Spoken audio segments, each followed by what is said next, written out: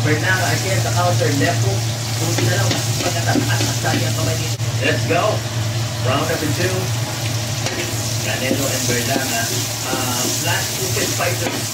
Ang backward. Puerto Rico versus Mexico.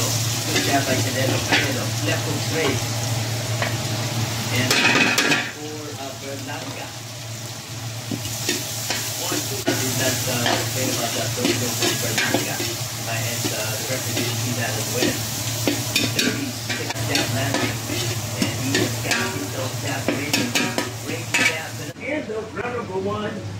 Round number 1 and round number 2. I mean, round number 2 na po tayo. Hello, 7-9. Naging point ng ating report. Number 3 na, mga guys ha.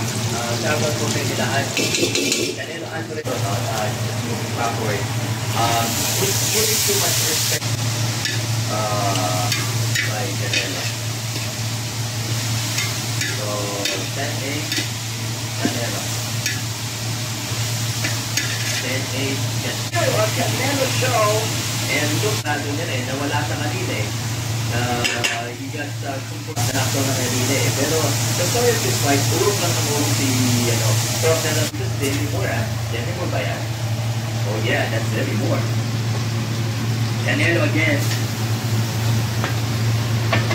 Canelo. 10-9. Yan guys, naglalagay tayo ng sitaw at ito oyster sauce. Tapos yung kalahati gawin nating lumpia. So ayun na guys, luto na yung ating ayan, toge with oyster sauce. Ito yung pang ano natin, pang lagyan ng wrapper. Ayan, ito yung ating wrapper guys. At saka ito yung piniritong galunggong. In Singapore, not much to say, but Canelo has overwhelmed it. That is why round number 10, scheduled for 12 rounds. Canelo is waiting just one. Nandiyan po yung scorecard.